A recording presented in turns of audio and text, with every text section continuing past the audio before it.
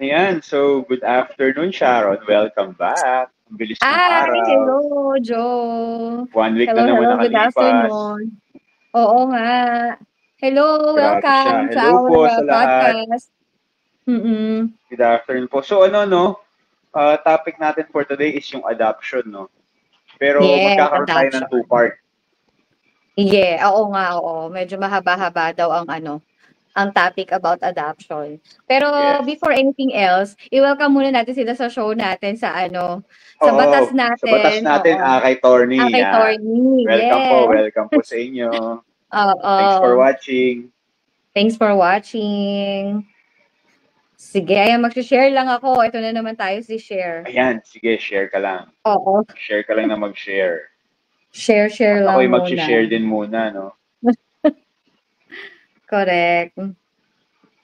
So, habang nag-share Ayun. tayo, ayan. So, yung damit natin, Kumusta? no? Green and red na naman, no? Of Naka-Christmas theme course. tayo. Ayan. Ganyan talaga dapat ang magiging natin habang papalapit na ang Pasko at malapit na ilang tulog na lang, 10 araw na lang Tama. yata, Ang oo, no? bilis. Kasi December 15 na ngayon. So, 10 days to Yes. go at Pasko na, mga kababayan. Ready na Baka ba? naman, Nakabili na ba Sharon, ng mga regalo? baka naman may maibibigay ka dyan. Baka naman mayroon dito keychain. Gusto mo Baka, keychain? baka may leftover kang hamon from last Christmas.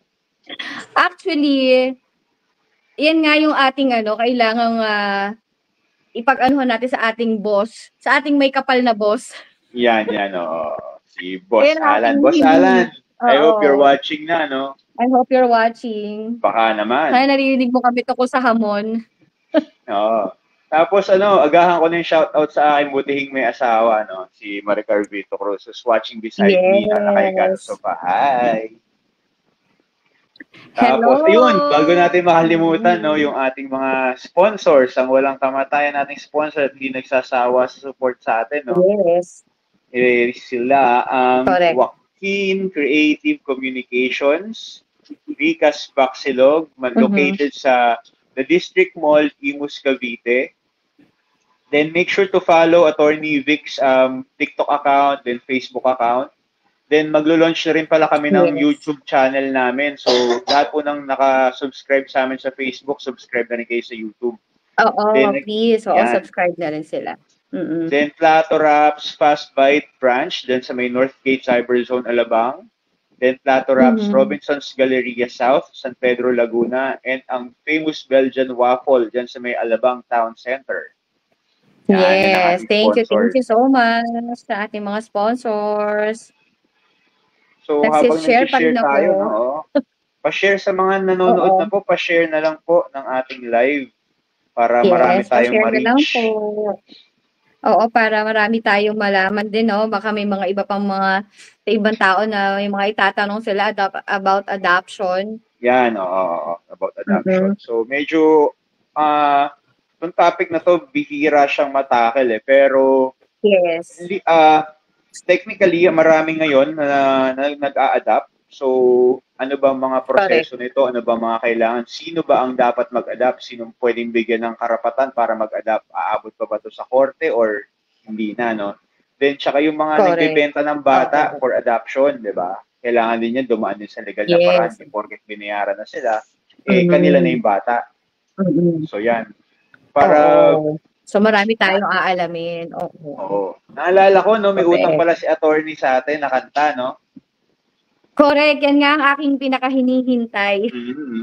Yan nga yung aking so sobrang looking forward ako diyan sa kanyang pagkakautang sa atin na Yan, kanta. oo. Andiyan na ba si attorney? Papasukin na natin si attorney, Puwede no? na ba Para, natin ano? papasukin para naman maumpisahan na Oo, ang oo. kanyang Ayan. Yan, attorney, Ayan. Ayan, pasok. Good Good afternoon po afternoon, sa attorney. Yes, thank good you. afternoon, attorney. Pero hello po. Good afternoon, Sharon and Joe. Ito, shoutout ko muna, baka malimutan ko na naman eh. Una, shoutout ko yung friend ko, close friend ko to, Yes. from law school, si Attorney Cecil Mijares. Ayan. Saka si Attorney Joy Ramos, yung Mhm. IBP officer namin sa Bulacan. Kasi Yan. nakalimutan Hello ko silang po. bati. Nakalimutan ko Mm. si Attorney Joy Ramos last week na bati, shoutout ko. Tapos si Attorney Cecil, ngayon na kami nag-usap eh. Kaya, shoutout ko, Attorney Cecil Mijares, si Attorney Jem, Ayan, Attorney Claire, Attorney Res, Attorney Patrice, Attorney, ano ba? Siyang, ayan. Basta lahat ng mga kaibigan ko abogado. Hi po, ayan. Ay po sa lahat po ng Lahat ng kaibigan mga na attorney Attorney dyan, Vic, hello po. Opo, lahat po nanonood. Salamat po sa pagsunod. Yan Mm-mm. po. Ayan. sa support Nung niyo po, nakaraan walang ba, sawang umattend ba kayo ng mga pag-support. Christmas party? Mm-mm. Sa ngayon wala pa sa 25 pa yung Christmas party ng family namin. Yan. Kita ko yung post mo, Attorney, ha? Retro ha? Oo, talagang pinaghandaan ko yun. Ayun, Kaya binabati ko pala nga. yung namin, yung Rotary Club namin dito sa Valenzuela East. Ayan. Mm. Pinamunuan kami ni Mami Gracia. Hello po. Ang saya-saya ng Christmas party namin kasi lahat ng grupo namin. May naiuwi ka ba? Mabait, tsaka mga simpleng mga tao, pero basta mabait sila. Tsaka ang ganda ng pa-premyo kasi ng Christmas party namin. Wow. Yung Vespa. Wow. Bonggahan. Oo, Oo, bongga, talaga, Vespa, nanalo. no? Talagang ang saya-saya ng Christmas party. Pero ngayon, nakakaano lang kasi umatin ng Christmas party yung mga, ang tawag dito, yung traffic. Diba? Yeah, holiday rush na eh. Yes. Holiday rush. Yeah, oo, rush na. Kaya yun, Yung mga naghahabol, bumili ng gifts nila. Oo, kami nga nung Sa nakaraan. school Tuesday. Nung Friday, Narinig nagpunta kami ko- sa SM Caloocan yan. Namili rin kami Oo. dyan. Narinig ko, Oo. parang pinariringgan yung boss natin na, ano yung Oo. Parang hindi pa nga Oo. nagpaparamdam si Sir Alan. Oo nga. Wala pang paramdam eh. Di ba sabi niya Sobrang iPhone? pagpaparinig na nga yun eh. Di ba iPhone daw? Oo, yung iPhone 16 Pro Max. Diba? Yan. Ano naman nangyari doon sa iPhone natin? Ayaw ko doon. Baka ginagawa pa, hindi pa na mamamanufacture. Oo, yung paalala lang natin kasi para... Ayun, baka nagpa-shoutout na siya. Andyan na siya ngayon. Yan. Nagpaparamdam na. Shoutout po Kumusta sa naman, buong Sunday Boss Punch Alan? online team at Sunday Punch Dagupan. Hello po, hello po. Ayan, hello po. Yes, magandang hapon. Salamat po ulit. Ayan, salamat po. Mm. O nga pala, nabanggit nyo na. Sige, umpisa na natin. May utang akong kanta. Sa last week po kasi hindi po nakanta eh, di ba po? Prepare namin Yes, kanta. ayan. So sana pagpasensya. At tingnan nyo meron na akong meron na akong... Oo nga, ano yung Tony. paro? May Ayan ang sa paparoon akin, ka na no? dyan. Yan ang sa akin, Christmas tree. May Christmas. Oo nga, ba, tropilo. Yung last week, di ba meron Tropilo ka yan, oo. may pa-Christmas ka rin eh, di ba? Oo. Pero ito Yes. ko naman po, malungkot Ayan. Pero sige, kantahin na po natin para ma-start na po natin yung topic natin na adoption. Maganda po kasi itong topic na ito at marami tayong pag-uusapan. So ngayon, ulit bago kantahin yung kanta, ang discussion natin ngayon, magpo-focus tayo dun sa substantive law. Ano ba ang adoption? Yung batas mismo ng adoption. So magkaroon po tayo ng second part. Yung second part po natin, yung procedures po ngayon. Kung paano po ba, anong mga procedures na dapat gawin sa pag-file po o pag-petition, file ng petition po ng adoption. O, kanta muna tayo. Kantahin natin yung request po ni Sharon. Yan. Ba't ba naisip natin? APT ba yan? APT? Ano yun? APT? APT in the Christmas, tune. Ganon. Ganon yan eh. Sige, kantahin muna natin ito. Pasko na sinta ko. Ayan, Pasko na. Pasko na, ano ba yan? Request ko ba yan? Sige na nga, request ko na siya. Bigla nga ako, bakit lang gusto ni Sharon yun? Go na. Kasi baka meron siya mga malalamig ang Pasko. Tama. Yan.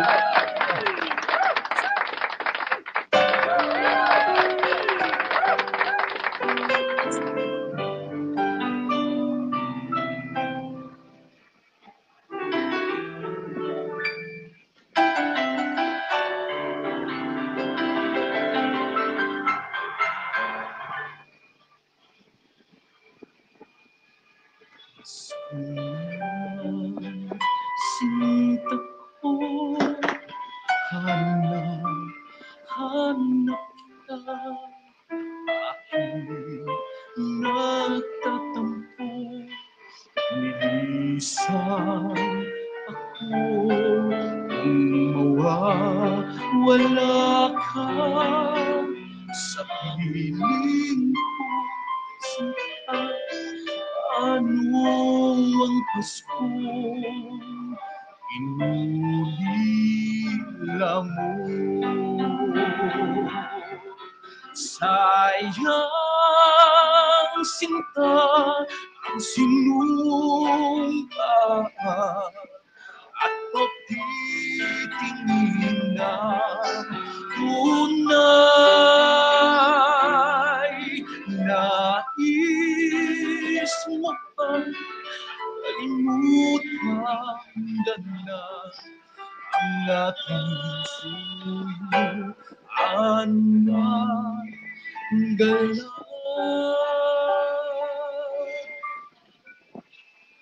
Kung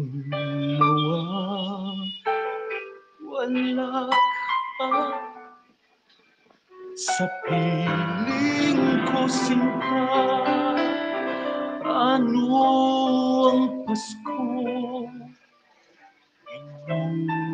Inulila mo. Sayang sinta ang sinumpaan at pagtitingin ng tunay. Nais mo bang limutang ganda ang ating suyuan at gala?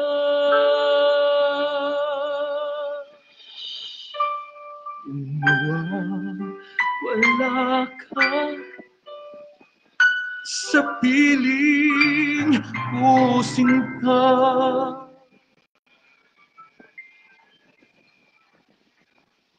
Ano ang Pasko? Alay ko.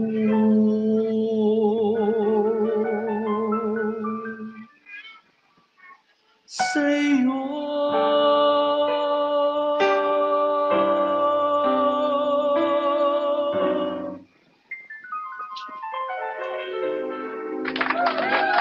Grabe. Yan, nakatawa natin. Grabe Di ba? siya, grabe. Ang lamig ang ginaw. Malamig maginaw. Kaya lahat ng mga singles, malamig maginaw.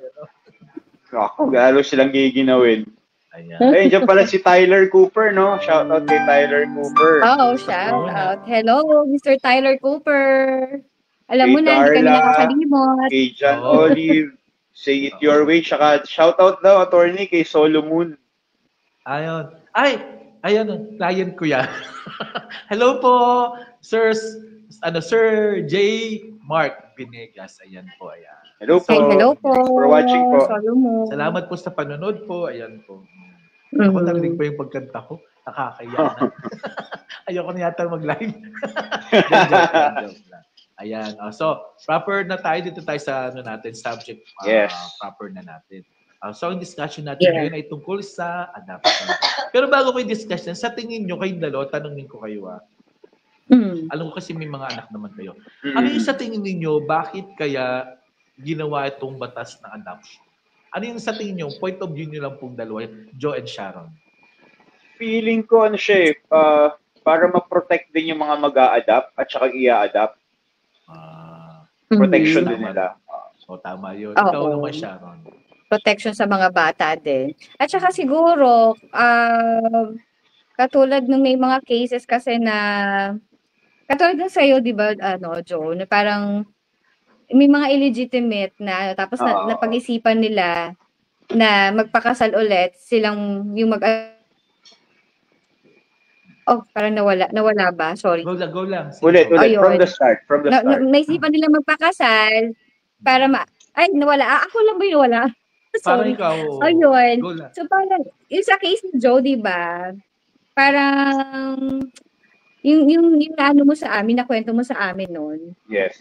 Na, di ba? So parang, illegitimate, tapos para maging legitimate, so i-adapt nila yung pero magpapakasal sila, tapos magkakaroon ba na adoption yun? Actually, nalito ako sa tanong, nalito ako dun sa sagot ko. Nalito ako sa sagot ko, sorry, attorney. Kahit ako nalito sa kwento mo, hindi ko maintindihan Nabigla kasi ako sa tanong mo, di ba lang na may exam pala tayo ngayon? May recitation pala. Hindi, pero tama naman yung mga sagot yung dalawa, tama. Pero ang pinakano talaga dito kung bakit may adoption talaga, Kasi tandaan natin, ang batas natin, laging, for lahat ng batas na ginagawa, na basta involve ang minor o bata, lagi ang pinaka-ano niyan, objective niyan, yung best interest of the child. Tandaan niyo yun, ha? Sa Nasa bata. batas talaga natin. Best interest of the child. Yan lang, nasa batas lagi natin yan. O, start na tayo. Ano ba tong adoption na to? Yeah, 'di ba? Bakit kailangan mag-adapt? Sino ang pwedeng i-adapt? Ano ba tong mga to? Umpisa na natin. Pag sinabing adoption, sa madaling salita sa Pilipino, sa mga in layman's term, pag-aampon. Yeah. Pero legal na pag-aampon ang pag-uusapan natin ngayon. Hindi yung basta-basta na lang, akin na itong batang to. Akin na itong bata to, ampunin ko na to. Yan. Tayo, legal na pag-aampon. Ano ba yung procedure ngayon? Dati kasi meron tayong tinatawag na judicial adoption. Pero ngayon, nagkaroon tayo ng bagong klase ng adoption. Ito yung tinatawag nating administrative adoption. Ang tawag sa kanya ngayon, ito, Domestic Administrative Adoption and Alternative Child Care Act of 2022, Republic Act number 11642. Ito na yung bago. Okay. So ngayon, hindi na kailangan natin i-file kung kunyari gusto kong mag-adapt, hindi na ako pupunta ng korte. Pupunta na ako ngayon sa tinatawag natin sa under siya ng DSWD. Yan yun yung RACO na tinatawag natin. Yeah. Sila yan. Ang pag sinabi ito yung Child Care Act niya, National Child Care Act yan. Pero ito, regional, parang Regional Child Care Act yung RACO. Basta gano'n. So ngayon yun yung pag-aampon. Ulitin ko, pag-aampon, legal na pag-aampon. Ngayon, tanong naman, sumunod na tanong, sino-sino ang pwedeng mag-adapt? Sino yung pwedeng mag-ampon? Diba? Una, kailangan po sa mga Pilipino to, kailangan yung at least 25 years old yung mag-adapt. Hindi pwedeng below 25 years old at least. Ibig sabihin 25 pataas. Dapat, yun ang pwedeng mag-adapt. Pangalawa, siyempre, mag-a-adapt ka, ibig sabihin nung bubuhay ka ng tao, bubuhay ka ng bata. Dapat may kapasidad ka, capable ka na bumuhay ng tao, kaya mong sumuporta. Ayan. In a position to support and care for her children in keeping with the means of the family. Ayan yun. Sunod, kailangan siyempre, mag-a-adapt ka, dapat good moral character ka, di ba? And can be made the same. Ibig sabihin, maganda yung intention mo, maayos kang tao, good moral ka, ibig sabihin wala kang gagawing masama, hindi ka gumagawa ng masama sa kapwa mo, pati doon sa iaampunin mo, syempre dapat good moral character. Pang-apat, syempre, in possession of full civil capacity or legal rights. Ibig sabihin, lahat ng mga rights ng batas, kunyari, ikaw, kaya mong bumoto, kaya mo lahat, kaya mo magtrabaho, kaya mo mag-exercise ng mga rights mo bilang tao. Yon, kaya nga, full civil capacity. Pwede kang magtrabaho, pwede kang mag-ampon, pwede kang kung anong mga iba-ibang mga civil capacity rights natin. At panglima, kailangan at least 16 years older yung ikaw mismo mag-adapt, at least 16 years older ka dun sa aampunin mo. Ganun. Hindi basta-basta, 25 years old ako, pero yung dapat more than 16 years yung tanda ko doon sa Pero meron tayong exception pa din. Una, the adopter is the biological parent of the adoptee. Ibig sabihin, siya talaga yung magulang. Hindi niya kailangan i-adopt yung ano niya, di ba, ang anak niya. Pangalawa, the adopter is the spouse of the adoptee's parents. Kunyari, yung nanay niya, hindi siya pwedeng i-adapt, pero may asawa siyang iba. O pwedeng, pwede pa rin i-adapt, kahit hindi na 16 years older, basta asawa siya ng nanay. Pwede yun. Okay. Yun yung exception dun sa batas na at least 16 years older than the adoptee. Pang-anim, has not been convicted of any crime involving moral turpitude. Ibig sabihin, yung mga yan, dapat ikaw kung mag-aampong ka, di ba, hindi ka dapat nakasuhan o na-convict ng kasong rape, pumatay. Yan yung mga involving yan yung some crimes na involving ng moral turpitude. At siyempre, panghuli, emotionally and psychologically capable of caring for children. Siyempre, dapat ikaw kung mag-aampong ka, dapat handa ka, emotional, psychological, physically, lahat ng may kalidyan, dapat handa ka. Kasi bata to palalakihin mo to, di ba? Ikaw ang bubuhay dito.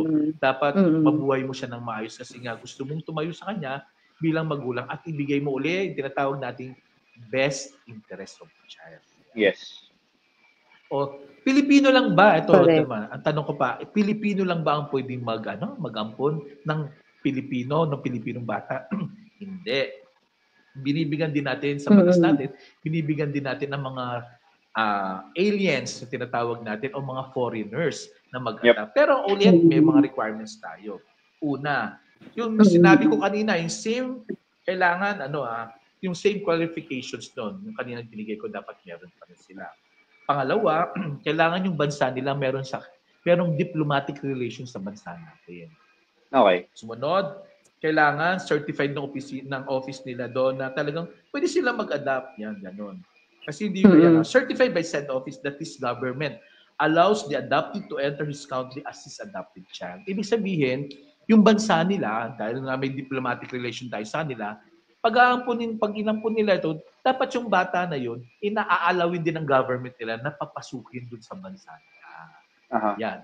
Sunod, has been living in the Philippines for at least 5 continuous years. Kailangan dito siya nakatira.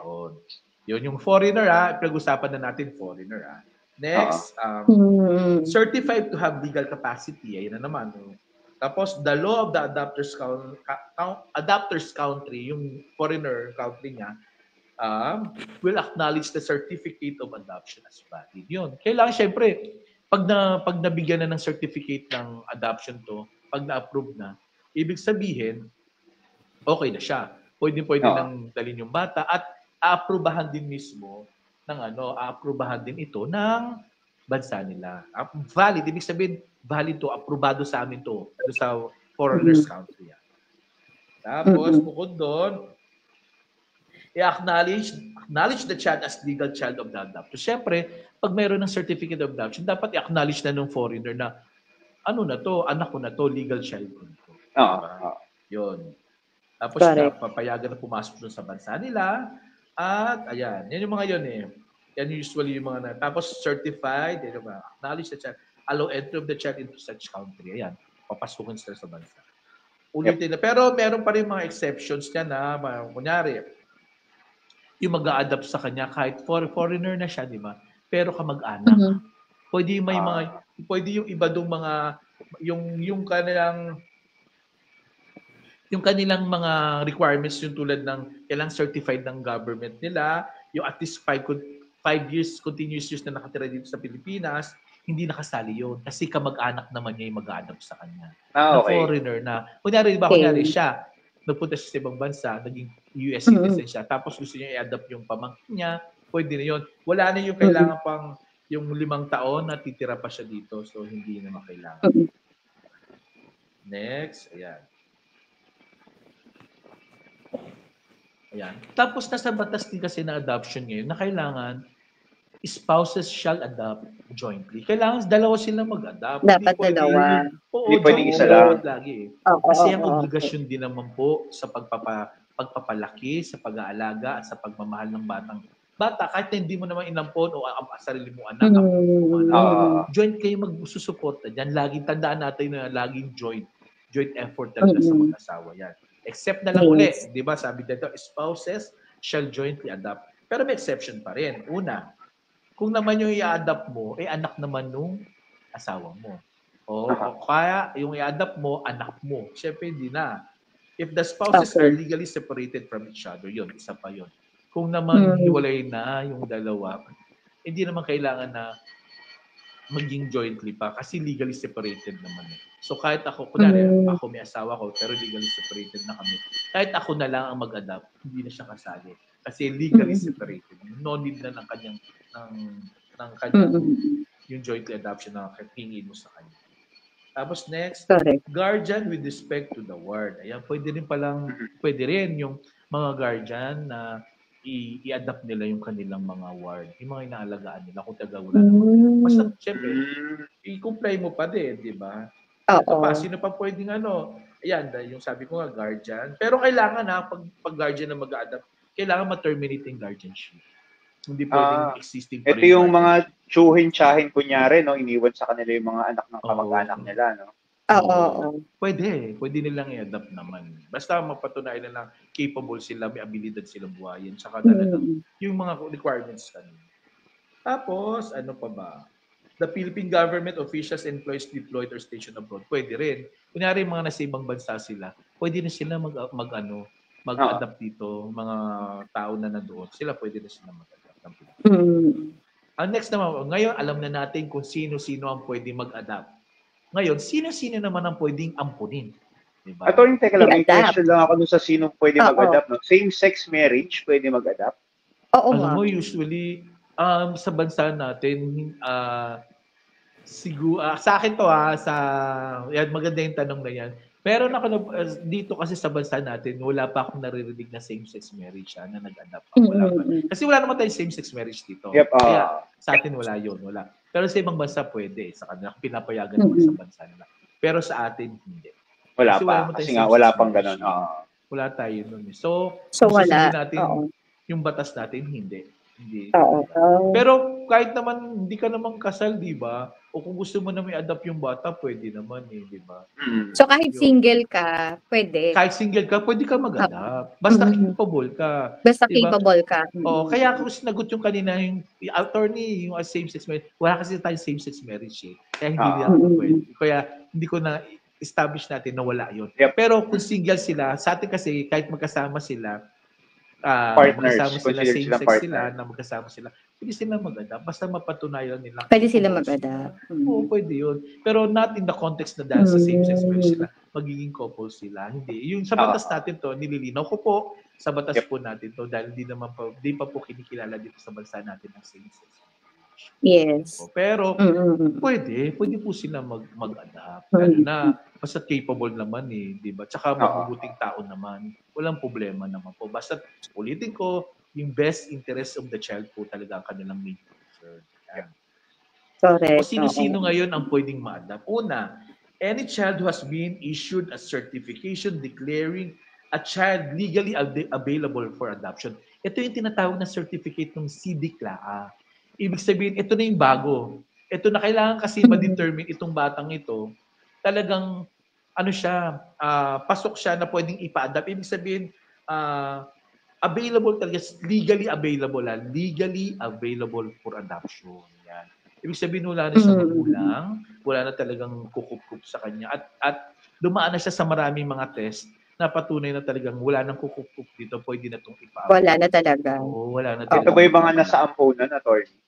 Yung mga nasa bahay usually ampunan ba yan? Pinapadaan din niya sa CDCLA. Dapat magkaroon sila ng CDCLA para maging available sila for legal adoption. Ganon. Ayun. Pangalawa, pwede ma-adapt the legitimate child of one spouse by the other spouse. Kunyari, yung asawa mo, may anak na iba. O pwede mo i-adapt yung anak niya.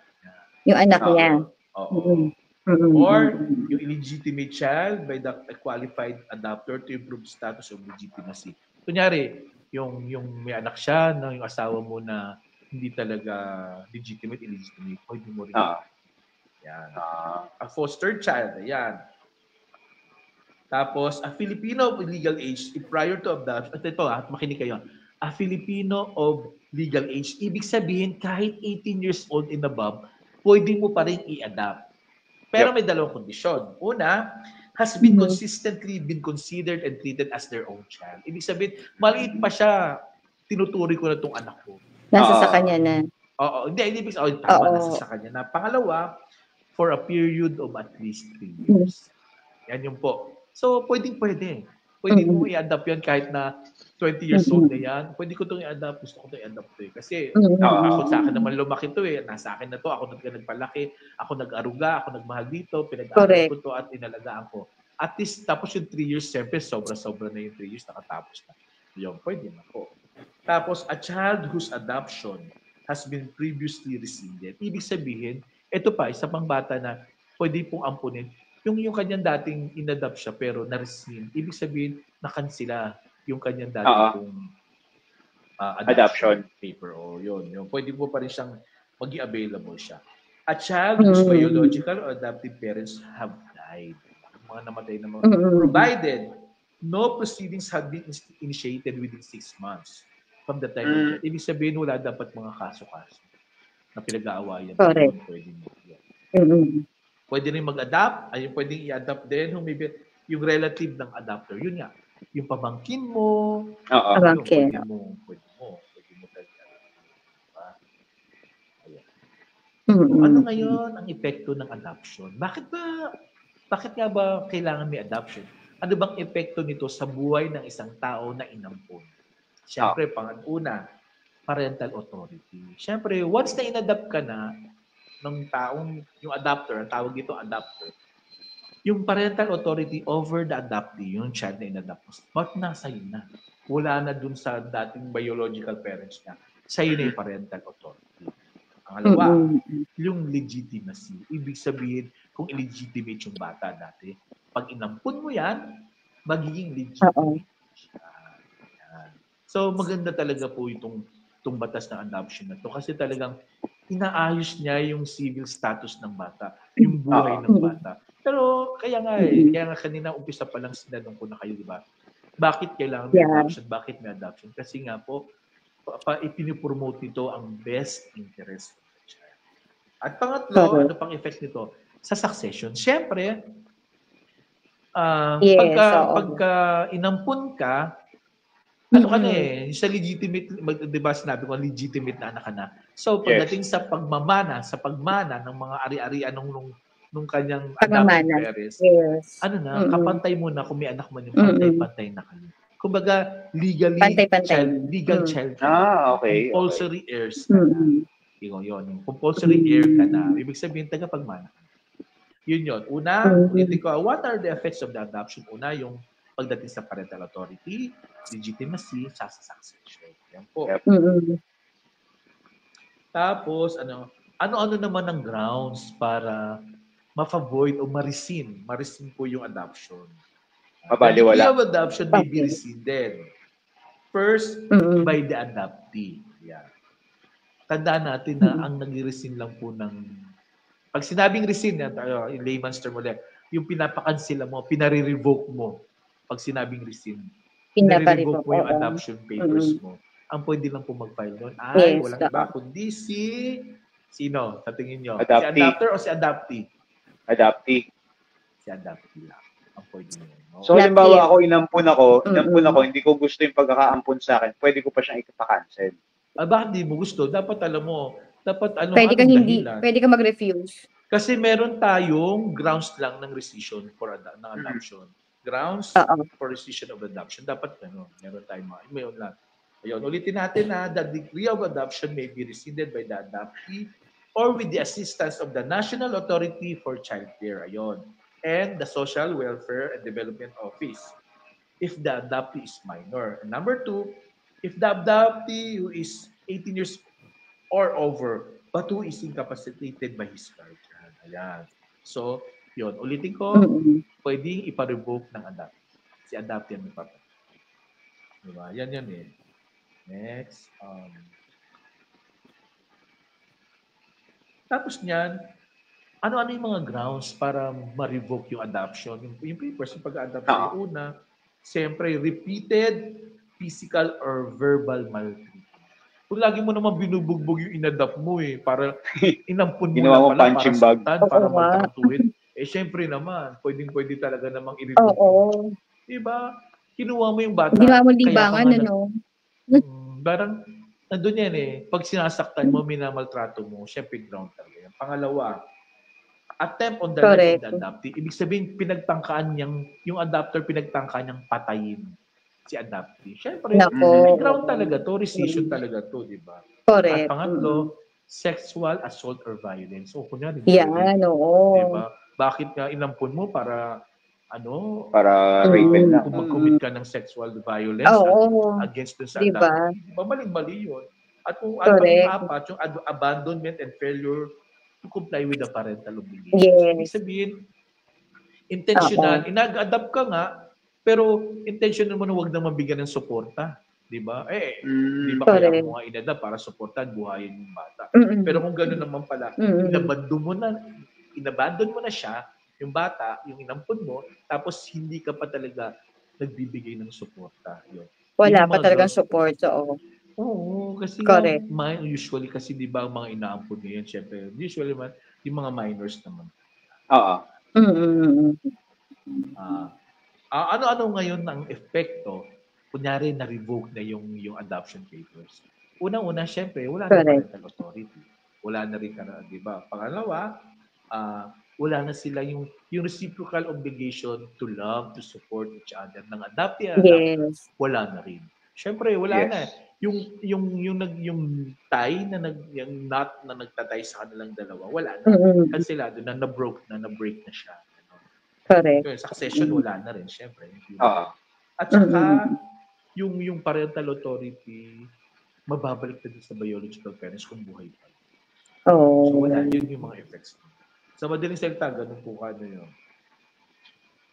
Next, ano naman po ang effect ng decree of adoption? Yung kanina sinabi na for civil purposes, the adopted shall be deemed to be a legitimate child. Tandaan natin yun ha. Lahat po ng inaampon sa legal na proseso, tandaan po natin yan, sa legal na proseso, nagiging legitimate child siya. Ulitin natin, di ba sinabi na natin kanina yun.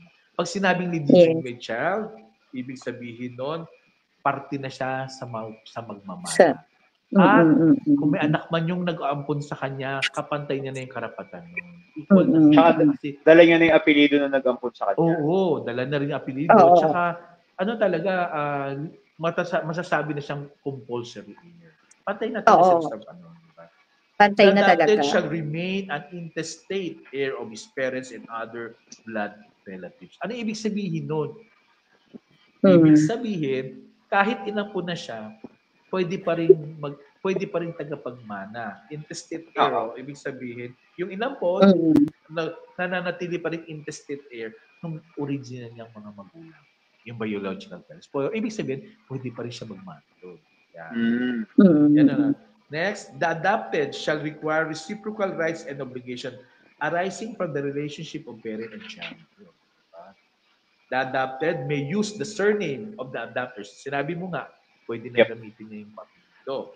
And next, the parental authority of the parents over the adopted shall terminate and vested upon sa adopters. Ibig sabihin, wala na talagang parental authority yung biological parents niya. Kasi nga, dahil naampun na siya, mapupunta na po doon sa kanyang adopters. Yun yung magiging parents niya. So lahat na rights nandun na.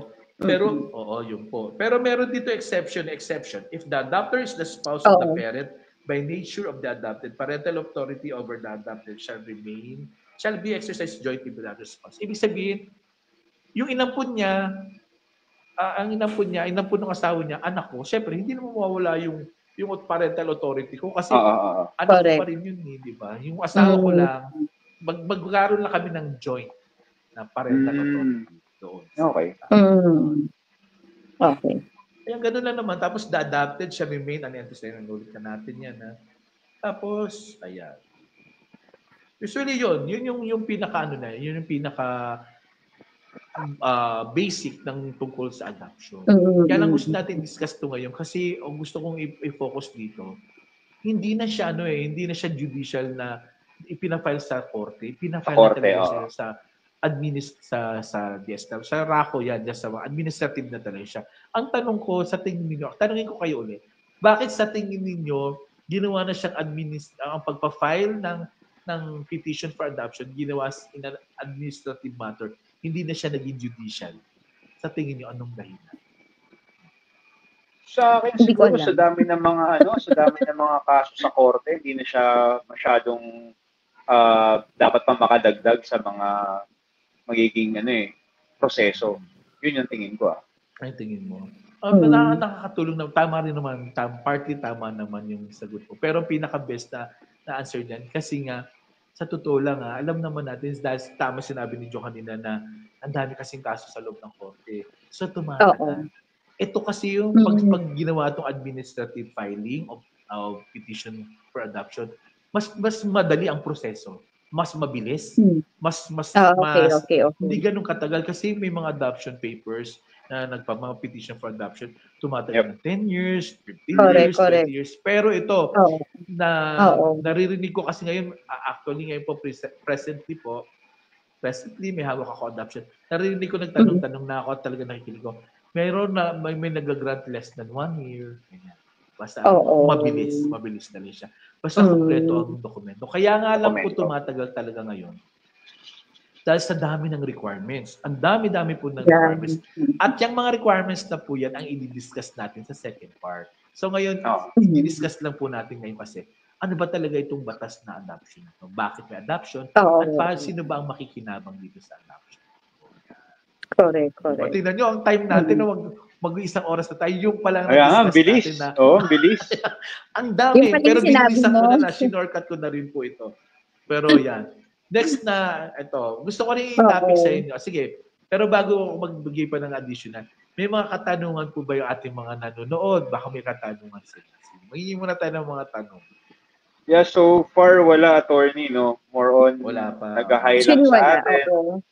Hi, Sir Bench Plata. Tapos, yun nga sabi ni Sir Alan, hello, Sunday Punch Dagupan. See you on Saturday. Yan. Ayan. May nagsabi din na akala daw ikaw si Gary Valenciano. Oo. Kumakanta. Grabe. Eto, may tanong na, attorney. Ayan, sige. Labag ba sa batas kung pagkapanganak ng nanay sa baby niya ay i-register na agad sa pangalan ng mag-a-adapt sa kanya para iwas proseso ng adoption? Wow. Oo nga. Shortcut. Sa totoo lang, didiretsin ko. Siyempre, labag. Labag naman talaga. Hindi talaga? Hindi yun ang tamang legal na proseso. May nangyari. Meron akong, tawag dito, prospect client ko siya. Ganyan na nangyari sa kanya. Kasi, ang nangyari, di pumunta siya dito. Munti ko masabi ma-reveal kung sino siya. Ang nangyari po kasi, pumunta siya, ngayon yung anak, di ba inampun siya. Ganyan na ganyan, inilipat sa kanya yung panganak. Ngayon, kine-question mismo nung ibang anak yung pagkakaampun sa kanya. Hindi daw yun ang legal na proseso. Wala kang karapatan. Nag-aaway sila ngayon kasi naiwan mga dalawang bahay yung naiwan. So, syempre, ikaw siya, lumaki siya, nakilala rin namin siya. Kilala. At alam ko mismo, nakausap yung mga magulang niya na talagang inampun siya. Pero nakita ko ngayong papers, maling-mali. Kasi basta na rin nilipat Hindi man lang din mali sa talaga. korte. Nung time na yun kasi sa korte pa talaga po. Sa korte talaga pinafile. Di ba ngayon sa administrative na nga, may administrative na tayo pag-file. So, yung ang kalaban niya nga ngayon kasi namatay na rin yung kapatid niya na legal, yung talagang legal na anak naman, yung apo, ang kino-question siya, hindi ka totoong legally adopted na mga lolo ko, lola ko. Kasi, diniretso agad, hindi ka naman dumaan sa batas. Nako. Yung tanong na yun galing kay Ma'am Eva Chan Bisperasa. Thank you po sa question, Ma'am Eva. Ma'am, hindi. Sa akin na talagang hindi. Kasi tinan nyo ngayon lumalabas yung problema niya. Hindi niya alam tuloy, may karapatan niya, attorney. May karapatan po ba ako? Kung ako tatanungin, kung ibabase ko lang sa pagkakakilala ko, sa magulang mo, sa kakilala ko matatanda, may karapatan ka. Pero pag dinaan sa legal na proseso, baka wala. Kasi yung papers din niya, nilipat lang directly, pero sa ospital may record kung sino ang nag-anak sa kanya nandun. Diba? Kahit na attorney, halimbawa kahit na yung may consent naman doon sa mismong ina. For example, yung ina, wala naman talaga siyang kakayahan. Pagkapanganak niya, naisip niya talaga kaagad na, hindi, pamigay ko na lang to. Paampon ko na lang. Sa totoo lang naman hindi talaga siya po pwede, hindi siya legal na proseso. Pero kung wala, kaya naman natin sinasabing hindi siya pwede. Kasi in the future, may maghahabol at maghahabol. Diyan lalabas talaga na illegal yung ginawa nila. Pero kung wala naman magko-question, mas maganda, di ba? Pero doon na tayo sa sigurado, idana natin sa legal. Kasi hindi tulad nito. Alam naman din naman nung apo na talagang inampun siya.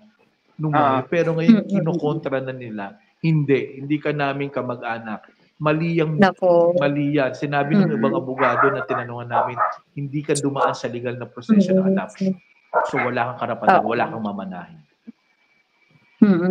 Tapos kasi may record yung birth certificate. May record kung sinong nanay niya talaga. Hindi nila mako-question. Hindi niya kayang questionin kasi notarized pa siya. Basta talagang mali yung proseso, dapat sa korte. Kaya Kaya yun nga lang. Yeah. Pero ewan ko ano nangyari na sa kanya. Hindi lang naman siya ng legal advice. Yun ang sinabi ko sa kanya. Pwede talagang question na. Hindi kasi ito legal na proseso ng pag-aampon. Kasi tama yung ganun yan. Pagkalabas pa lang, nilista Oo, na yung paglabas. Mali yun. Diba? Kahit may consent, mali pa rin yun. Kung gusto mo talaga kasi di ba usually ganun yung ginagawa? Oo. Kasi lalo na kung walang pera, gusto agad magpapabayad niya yung anak niya, di ba? Saka hindi, ako sa punto ko ngayon yung sa akin, mali, kaya nga tayo ipapaampon mo na basta-basta, hindi nga dumaan sa tamang proseso. Parang malalaman mabuting tao yan, umaampon ng anak mo. Tama. Diba? Sa tingin mo ba, mabibigay, provide ba yung tamang suporta sa pagkain, means ng pag-aaral, yung pagbayad ng tuition, kaya ba nung tao na yun? Kaya nga yung pag-aampun talaga, inaano natin yung best interest of the child. Hindi lang basta hindi, sige na, ibigay mo na yan, wala silang anak. Ganun kasi yung iba walang anak na awa. Di ba? Pero yung mga magkakamag-anak sa probinsya. May ganyan din ako kakilala na ito nga sobra rin kilala ko to. Nanganak siya, binigay siya ng doktor ng, hindi ko alam ang tawag doon, yung parang nililista yung pangalan, parang pipilapan mo yata yung ganun. Yung, para yun registered na birth certificate. Ginawa nung kamag-anak ng asawa niya, hindi yun ang ginawa. Pinalitan, pinangalan mismo sa pangalan nung kapatid niya kasi lang mga walang anak. Ang tawag doon, kaso yun, criminal case yun ang tawag mo doon, simulation of birth certificate. Tandaan po natin. Parang nangitlap ka na. Yun. Kaya, yung kakilala ko yun, binapayuan ko talaga. Bawiin mo yung anak mo. Sabi ko, bawiin mo yan kasi pag nanako yan, ninakawan ka ng anak. Hindi. Di ba? Anak mo yan Alam mo, walang consent ng pinalitan nila yung birth certificate. Bakit napunta sa kanila yung anak? Correct. Diba? Yun nga. Kaya, yung mga ganung bagay, kaya napakaganda po talaga, idaan na lang po natin sa legal na proseso. Huwag natin pangunahan yung mga diba? Huwag natin i-shortcut. Kasi in the long run, ang nagsasuffer din po kasi yung bata, yung inampon. Yung bata, oo. Tama. Correct. Diba? Ito mo, kung di naman mabuti pala yung mag-aampon, diba? Pawawa yung bata. Kaya nga sinisigurado ng government natin, ng state, pati ng mambabatas. Yes. Kahit na, sa totoo lang itong procedure po ng administrative na pagpa-file ng petition for adoption, busisi po talaga siya, maraming requirements, napakadami po talaga. Kasi hanggang ngayon nga po, yung sa aking sa kliyente ko, ang dami namin kinukumply pa. Pero sabi ko nga sa kanila, okay lang to, basta masigurado lang natin na tagang legal. At saka patunayan natin, napatunayan kasi natin sa pagkukumply ng mga requirements na to, na ibinigay ng batas. Pag na-comply natin to, ibig sabihin nito, talagang capable kayo. Talagang sa inyo itong bata. Kaya okay yun. Okay lang na, di bali ng mahaba, maraming requirements. Pero kung para naman talaga sa bata, sa best interest ng child, i-go na natin. At maganda, para hindi na mako-question. Mahirap kasi pag kina-question, kawawa yung bata. Yes. Diba? So yung custody ng bata, attorney, pwede pa rin nasa adopter habang pinaprocess yung mga papeles? Pwede naman po, pwede. Yung client ko, gano'n naman nasa kanila. Kasi, hindi ko na mentionin yung pangalan ng client ko. Yung client ko kasi, nangyari naman sa kanila, yung bata mismo, iniwan sa labas ng gate nila. Yep. So, yun, sanggol pa talaga. Parang 3-day-old, parang ganyan. Iniwan lang sa labas ng bahay, ng gate. Papakanganak lang talaga. Nandun yung baby. Pinuhanan nila. Nandun na. Pero ang tagal natin, more than siguro more than 5 years or 7 years na yung pagpa-file nila kasi nakakuha na sila ng 2 abogado pero hindi na naayos. Ngayon pa lang namin naayos na. Kaya sabi nga nila buti attorney nandiyan ka na ma-finalize natin. Pero yung ulitin ko lang po sa lahat po ng nanonood, mabusisi po talaga at napakadami po talagang requirements ng pagpa-file po ng petition for adoption. Pero kahit po gaano po kadami yan, kung naman po para sa ikabubuti ng batang iaampun, go lang po tayo kasi para sa kanila. Sinusure lang po talaga ng government na talagang hindi mapapariwara yung buhay ng bata. Tsaka nag-sacrifice na rin naman sila na alagaan yung mga bata. Pero usually naman kasi lahat ng karamihan ng mga inaampon, bukod doon sa mga sa bahay ampunan nandun na hawak na nila yung bata kaya pinapay na sila mismo nagpapalaki na Sila nag-aalaga, pero dahil nga may requirements ang school, di ba? Tsaka isa pa napansin ko rin, isa pang natandaan ko pala dito sa pagpapile namin ng petition for adoption. Isa yung sa pinakamahirap, dapat kailangan, kung meron kayong aampunin, maliit pa lang yan, o siguro sabihin na natin, basta nakakaintindi na yung bata, kailangan sabihin nyo sa kanila na, anak, i-a-adopt ka namin. Kasi ngayon, ang requirement ngayon, kailangan, pag 10 years old na yung bata, ako i-adopt mo siya ng 10 years old.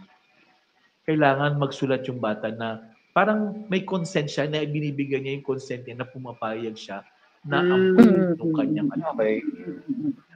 Kaya lang itong client ko yun nga nagiging problema din lang. Kasi siyempre, hindi naman sa nila nasasabi. Sa iba-ibang mga tao pa rin naman. Hindi kaya sabihin kasi matalino daw yung bata. Pero kailangan talaga masabi nila. Nahihirapan silang sabihin, Paano nila i-establish? Kasi kaya lang, pagdating mo sa RACO, pinafile po itong yung mga kailangan ng mga requirements. Pupunta po kayo regional-based talaga siya. Kami kasi, kunya sa NCR, sa Quezon City yung client ko.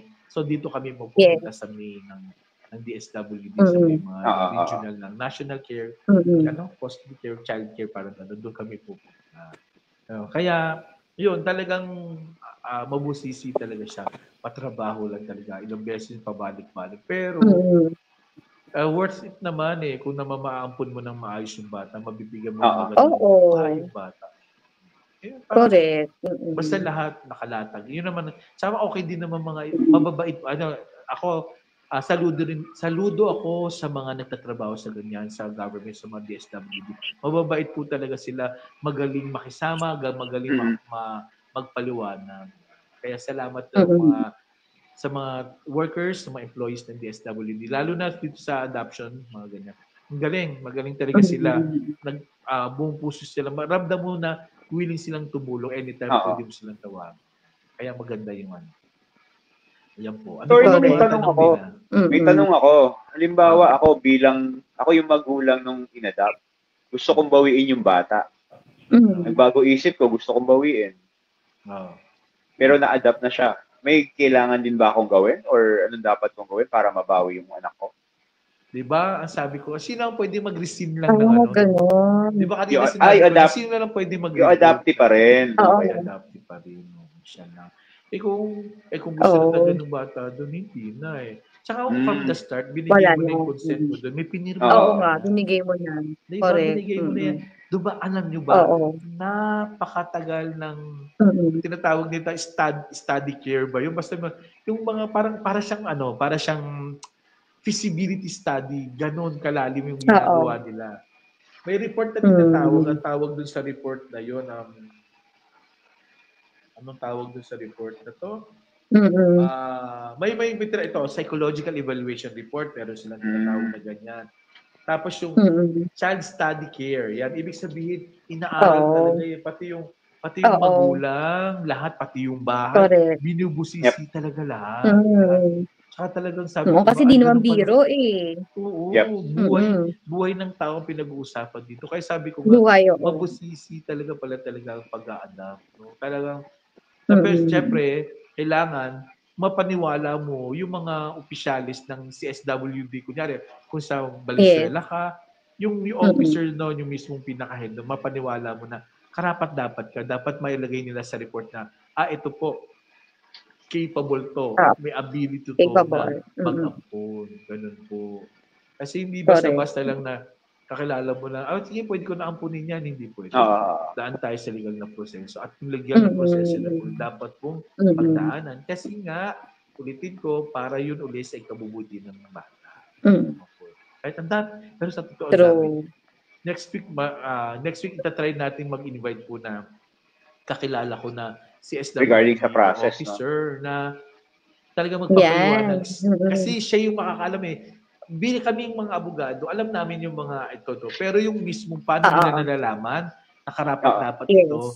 Kasi may mga line of, may mga questions sila na sila yung nandun dapat tama ang sagot nila. Oo, Ang sila galing nga lang. parang sila gumagawa ng reporting. Yung report malalaman mo talaga na talagang pwedeng-pwede. Oo. Marami silang tanong, maraming proseso, maraming pag-visit. Matinding evaluation, ano? May visit pa ata yan, nag-visit pa ata yung mga taga-DSWD. Inaalam pa nila yung bahay. Ano ba itsura ng bahay na titira ng bata? O ilan ba dito? Saan ba matutulog? Ano ba to? Anong environment? Tinitingnan talaga anong environment. Kasi pati environment, yes, true. Kasi kung yung bahay naman hindi naman katira-tira di ba? Parang Diyos ko, parang hindi. Siyempre, barong-barong lang. No? Correct. Diba? Oo. Kailangan dapat yung magandang bahay. Hindi naman ibig sabihin, hindi kailangan namang mayaman. Basta kailangan talaga kayang buhayin. Kayang buhayin. Yung bata. Kahit pa paano. Sa isang environment na maayos. Na parang suitable for decent living. Decenting pamumuhay. Yes, oo. Diba? Tama. Mapag-aral siya, mapakain. Diba? At higit sa lahat, mahalin at alagaan yung bata. Yan po, correct. Yung natin, yung dahilan. Kaya dun sa mga dun sa mga legal na, yung mga biological parents naman, bago sila magpaampon, isipin mo na para wala nang bawian. Wala nang bawian. So, yes. Wala nang bawian. So, pag-isipan nila mabuti bago nila ipaampon talaga na tuluyan yung totoo, yung mga anak nila. Kaya iba, ito yung sinasabi kasi sobrang binibenta. May mga ganun binibenta. Yung nagbebenta, yung mga galing sa mga mga binibenta. Sa mga illegal settlers. Ang hirap naman, nagbebenta mo. Tsaka may middleman pa yung mga yan, attorney, yung mga nagbebenta. May middleman pa sila. Sabi, narinig ko sa hospital nga na pagkaanak pa lang yan na may nakaano pa, parang pet. Mga batang ina, di ba? Dati ahente ng punerarya nandyan. Ngayon, mga ahente ng mga bata na, mga bibenta. Oo nga. Kasi, ibibenta mo yung anak mo, tapos hindi mo alam paano lalaki, di ba? Tama. Correct. Oo. Diba, tandaan natin, may mga trafficking of persons pa, di ba? Yes. Maswerte nga yung mga magulang na nagpaampon na hinanap pa sila ng anak nila Kaya, true. Basta, mahirap pagpaampon ng ganyan na correct. Bata. Oo.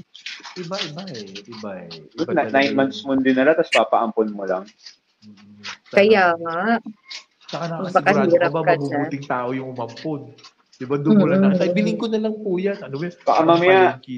Baka mamaya may organ farm lang yung mga yun, kaya namimili, di ba? Diba, uso yung mga organ. Oo, naku, delikado. Posibilidad yung sinasabi mo, Jo, kasi hindi mo talaga alam.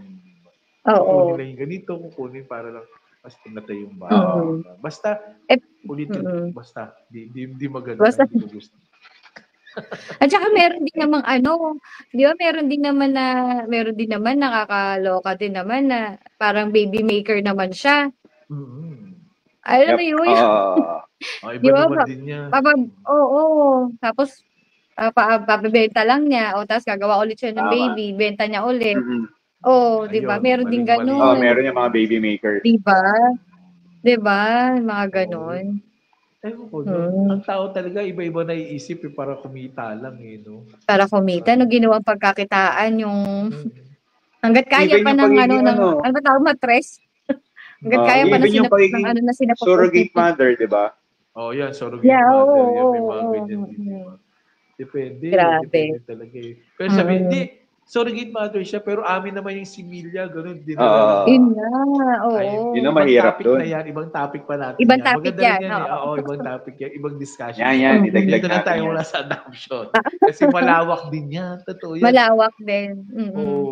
Yan ba? Yung surrogate mother ba? Kinikilala ba dito sa Pilipinas siya? Yes. Legal ba ito o hindi? Diba? Yes. Gaya ng sikat na perfumist, 'di ba? Yung mga anak niya galing sa surrogate mother. Depende talaga. Kasi saka ang gastos daw sa surrogacy parang nasa 12 million.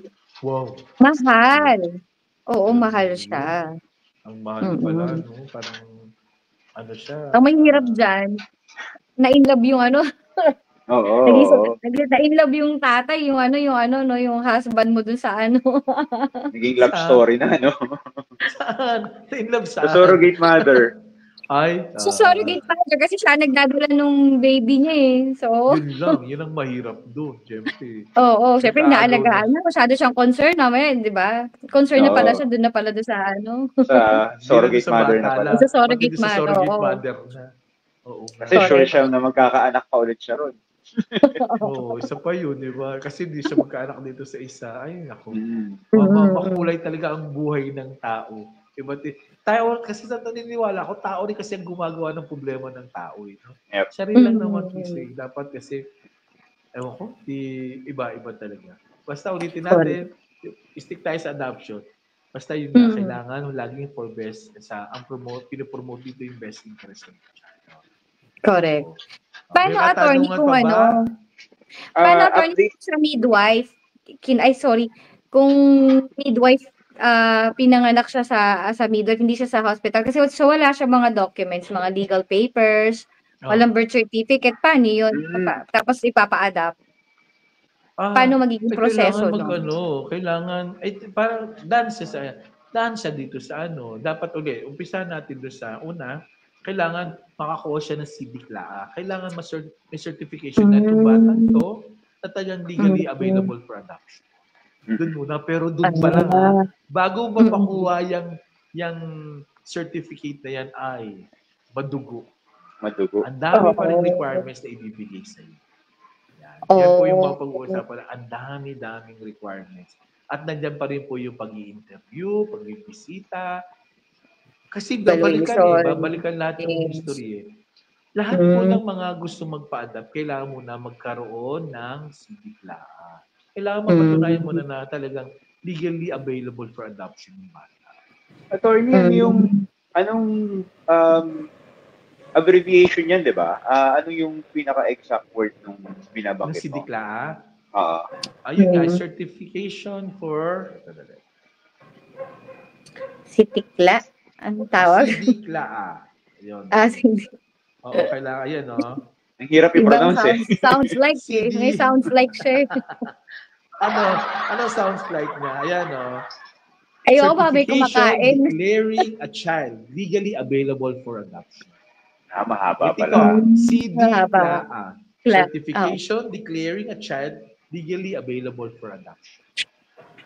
Yes. Diba ang haba, diba? Pero yun yung pinakaunang dapat mahawakan ng isang ng isang bata na po pwede mong pa-adopt. Kailangan legally available for adoption siya. At alam ng naka-record yun na naka-record sa DSWD. Itong batang to pwede itong ipa-adopt kasi ayan siya. Ina-apply po yan para, kunyari tulad nung client ko nga po, bago naman mag-proceed itong mga ginagawa namin, inisyuhan muna sila ng CDCLA.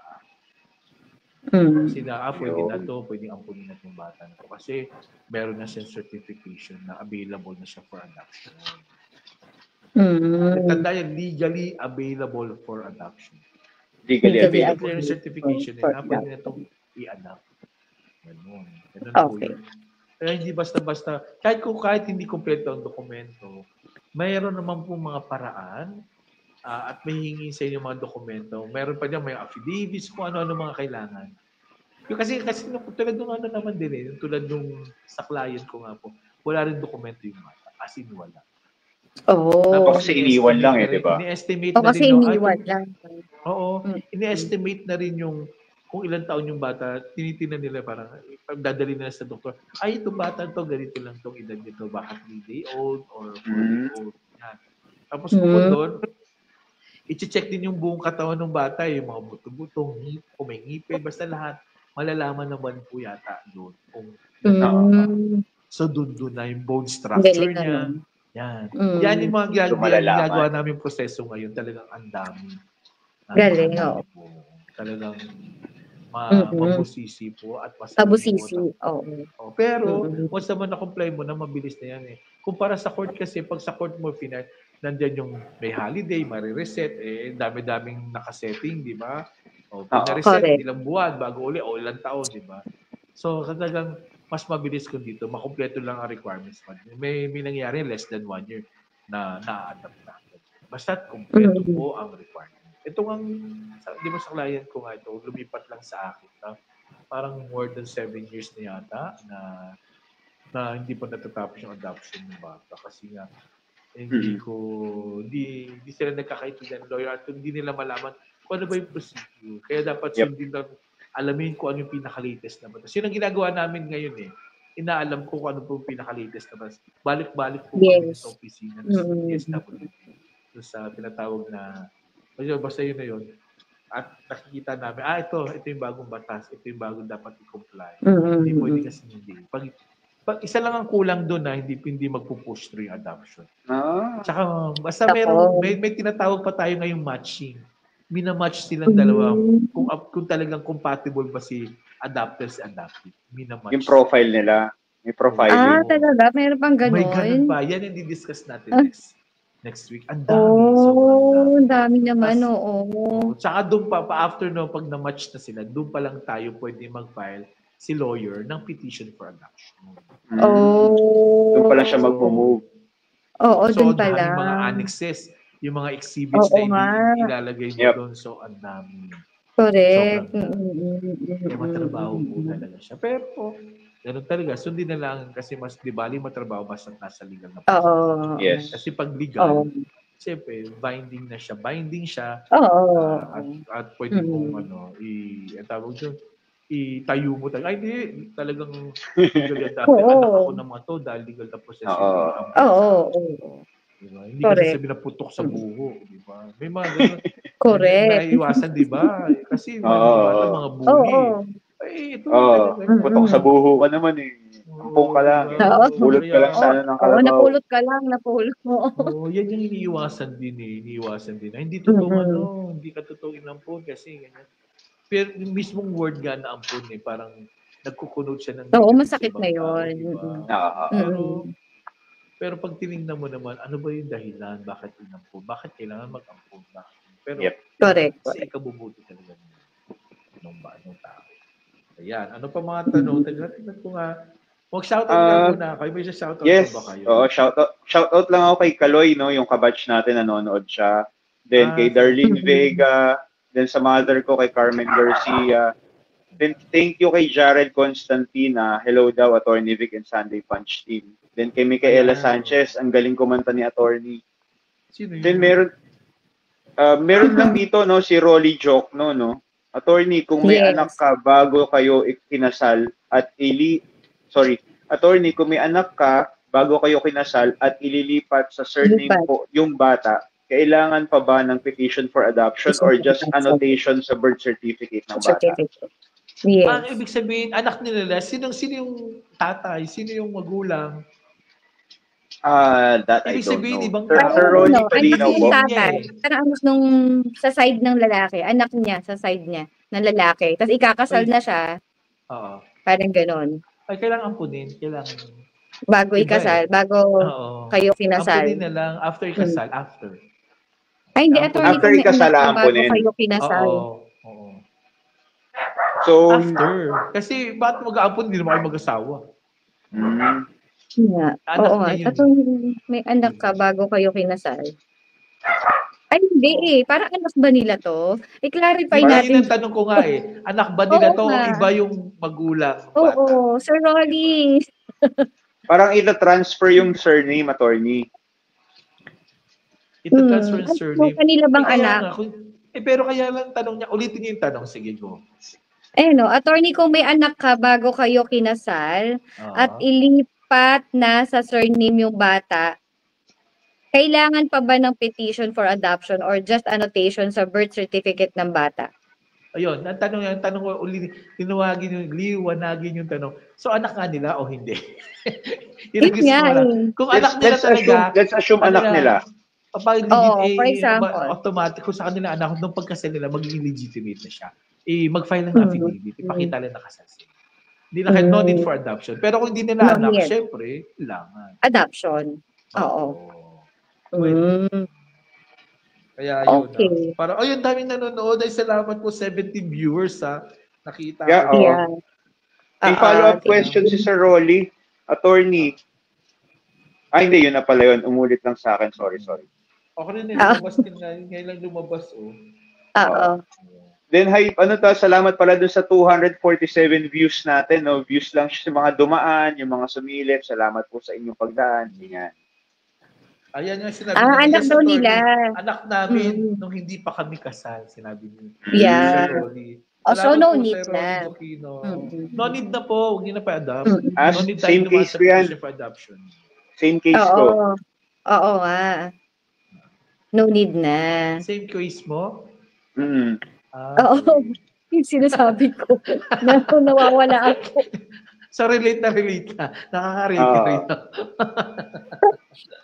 Ano ba yan? Salamat po sa panonood.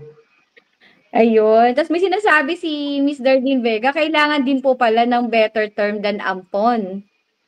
Kasi parang masakit nga yung ampon. Oo, diba? Yung stigma kasi nung word hanggang ngayon, di pa rin nawawala eh. Oo. Para kasing negative, pagka sinabing ampon. Pero kung tutusin kasi, hindi naman dapat siya maging negative kasi hindi naman dapat. Reality yun. Reality siya. Reality. Ay, 279 viewers tayo, Salamat po sa panonood po. Salamat po talaga. At dahil po dyan, kakanta po si Sharon at saka si Joe. Ay! Wala akong boses na to. Nawala. Agad nawala. Ay, shoutout ko muna si Kuya Nelson ko. Si Kuya Nelson na sheriff namin sa branch nung nagtatrabaho po ako sa Metropolitan Trial Court, Branch 82. Ayan. Kasi nag-retire na siya. Happy retirement day, Kuya Nelson. At enjoy mo lang yung buhay mo na, di ba? Yeah, wow. Saya na lang. Kasi mabait na tao yan si Kuya Nelson. Sobrang happy retirement day. Ayan. Oo nga po, Kuya Nelson. Mabait na tao po kayo, Kuya Nelson. Kaya, ang pamasko naming tatlo. Kaya. Yan, Ano ba yan? GSIS ba yan? SSS? Kuya Nelson, baka naman dyan. Di ba? Bigyan mo naman kami sa... Kuya Nelson. Kuya Nelson, yung sa mo, retirement pay mo, malaki-laki yan eh. Sa Supreme Court kasi, di ba? Ilang years in service din yata si Kuya, parang 27 years in service. Wow. Galing. Saludo po kami sa'yo. Kasama rin sa ating, yung isang kaibigan ko rin sa Ate Jo. Salamat po sa panonood doon yan. Daming viewers natin. Salamat po. May mga tanong pa po ba? Baka may mga tanong pa kayo about adoption. Yan, oo. Kung di man po adoption, baka may iba pa kayong tanong na mga na-discuss na po baka may mga iba pa. Yung previous na namin podcast po namin. Baka meron pa po mga tanong. Kasi para makatulong po kami. Ulitin ko po kaya po kami nandito para lang po makatulong po sa ma-reach out po namin yung mga kababayan natin na hindi makapunta basta-basta sa mga abogado po. Pwede tanong sa amin. Libre po ito. Wala pong bayan. Ulitin ko po, free legal advice po ito. Yan. Para makapagtanong po kayo. Shoutout ko ulit si Attorney Joy Ramos. Baka malimutan. Attorney Joy, salamat po sa panonood. Ayan po. Last week din Attorney Joy. Salamat Kasi po. Kasi required niya ako mag-legal aid service. Tulong naman niya. Pero ano yun requirements. Maalala ko, no? Yun na magbibigay ng libreng serbisyo sa mga natin, kababayan. Yes. Parang ilang hours yata nire-require ng Supreme Court. Parang 120 hours na kailangan namin. Lahat ng lawyers kailangan ng mag-pro bono services. Yan yung flag, attorney, no? Sa government. Yan yung flag. Sige. Yan yung flag, di ba? The flag, Free Legal Advice Group. Free Legal Advice. Yan. Tapos maalala ko si Sharon may hanging question last time, hindi na umabot. Ano yung question mo na siya? Ano ba yun? Nakalimutan ko na. Sa kaibigan mo. Ano yun? Oo nga, ano nga yun? Nakalimutan ko na. Isang linggo nakalipas. Sorry. Hindi yan tubig na nawala sa creek, Hindi. Ay, kasi nangyari. Medyo ko pinuntahan. Yung sa sa cyber libel, may follow-up question ka dapat doon. Oo nga, sa cyber libel. Yun nga, hindi ko maalala kung ano. Pinressure mo, hindi na ito naman tandaan, di ba? Tinandaan. Ano ba? Tinandaan ko kasi siya. From last week, sabi ko may hanging question si Sharon. Sana maalala niya. Ano ba yan? Sana sinulat ko. Oo, dapat sinulat para Basta cyber libel medyo mainit na talakayan yun yung cyber libel natin dahil sumabay yan sa issue ng napakainit din na di ba, ng mga kilalang personalidad sa atin dito. So, kaya medyo mainit yung cyber libel na yan. Tsaka ang daming mga komento ngayon na babasa ko sa FB, sa mga social media.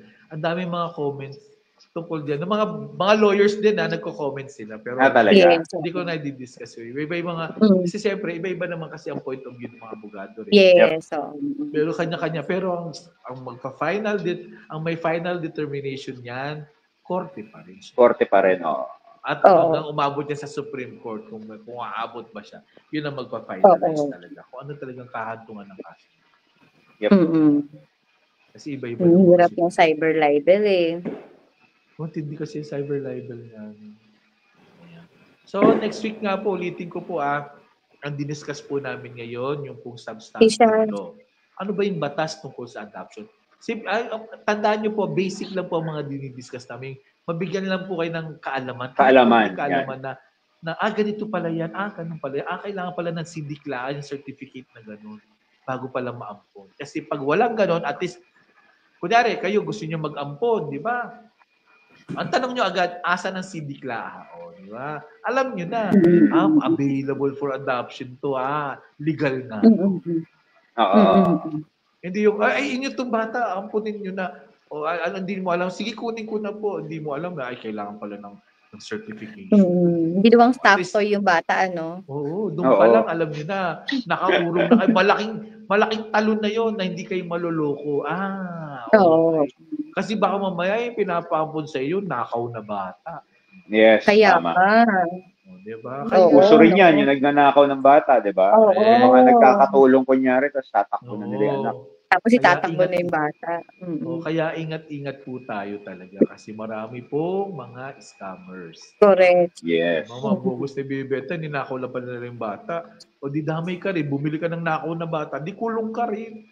Diba? Anti-fencing law naman yun, attorney. Depende pa rin yan, hindi naman basta-basta. May naman yan.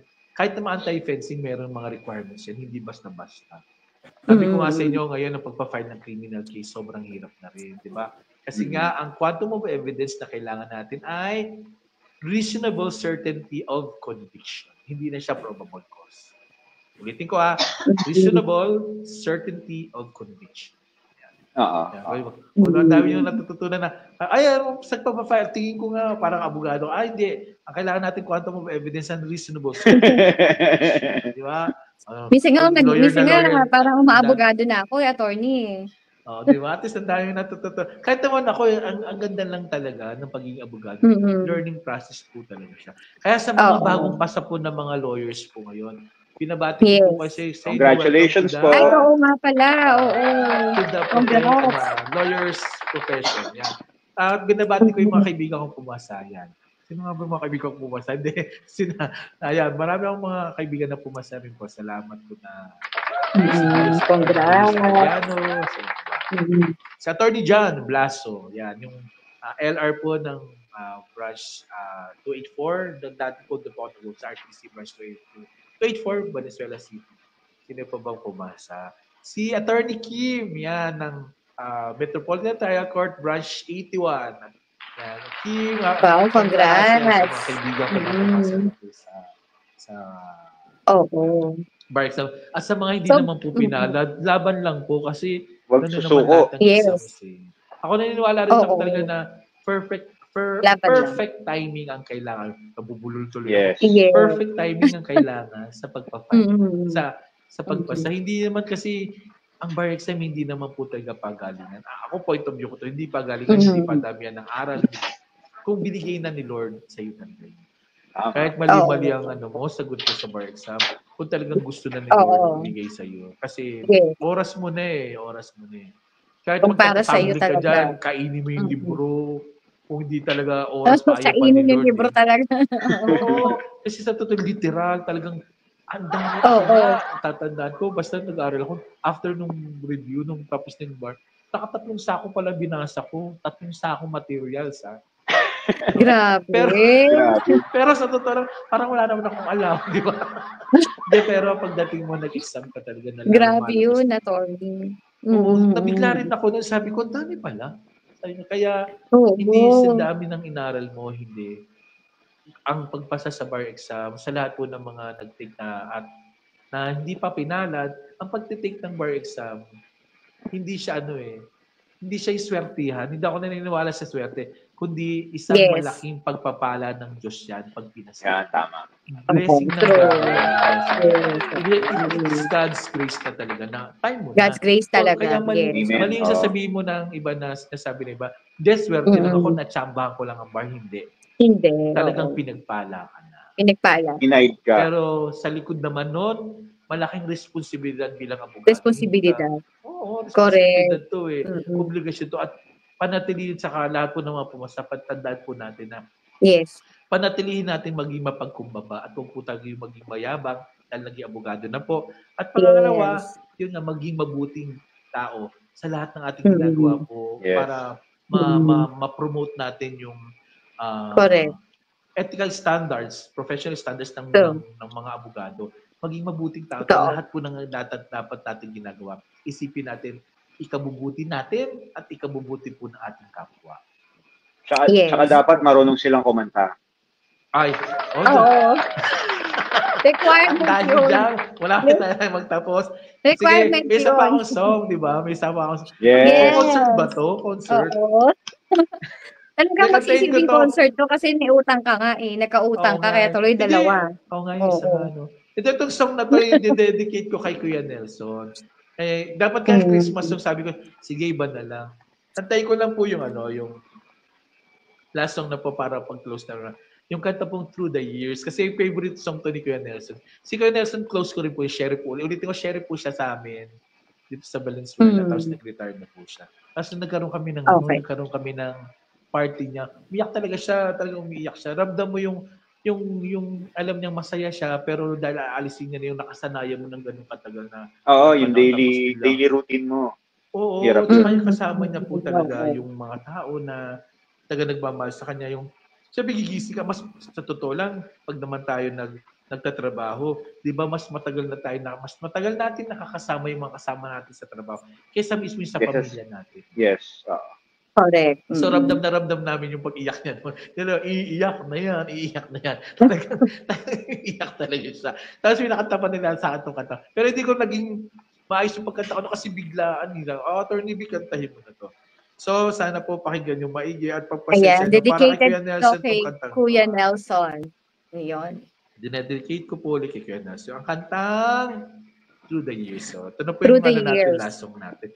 Concert ba to? Para tayo nagko-concert. Kala ko Through the Fire na eh. Through the Fire. Bukas. Through the Fire. Ikaw ang kakanta nun. Katayin natin. Through the Years. Kaya Nelson sa iyo to, Kuya Nelson. At kay Ate Jo na rin na nag-retire na. Ayan. Okay.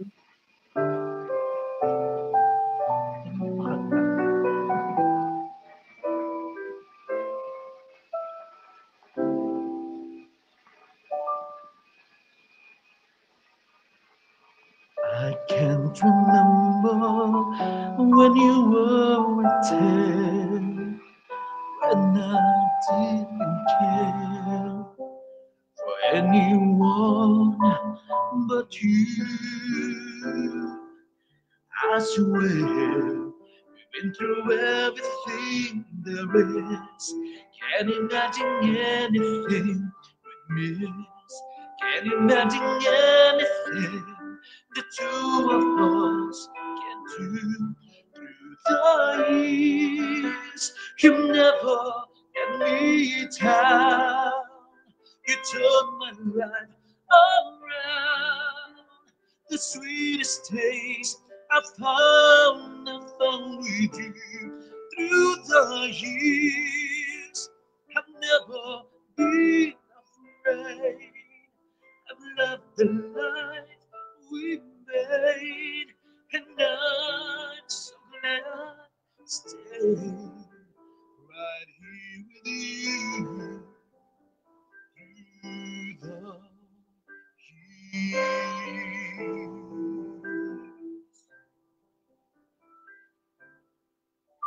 I can't remember what I used to do. Oh, I trusted you. I listened to before.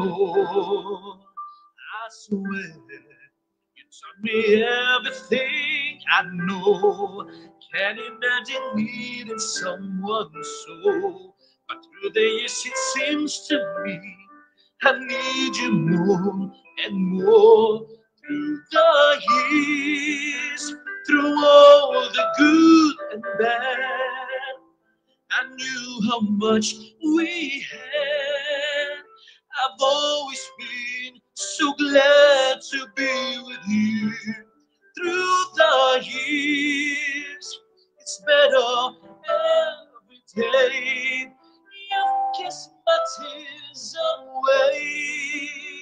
As long as it's okay, I stay with you through the years.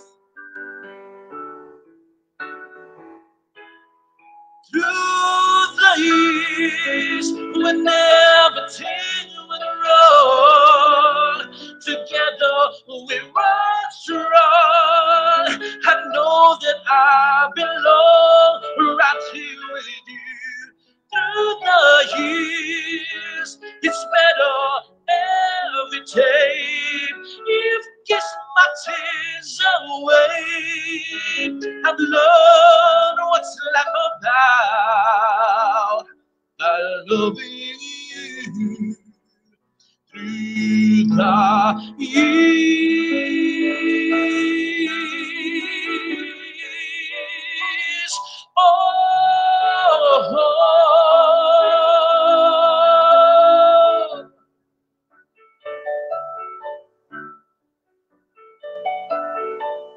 Through the years, you never let me down. You turned my life around. The sweetest days I found with you. Through the years, I never had down. We always walked in sound. I've learned what's love about. I love you through the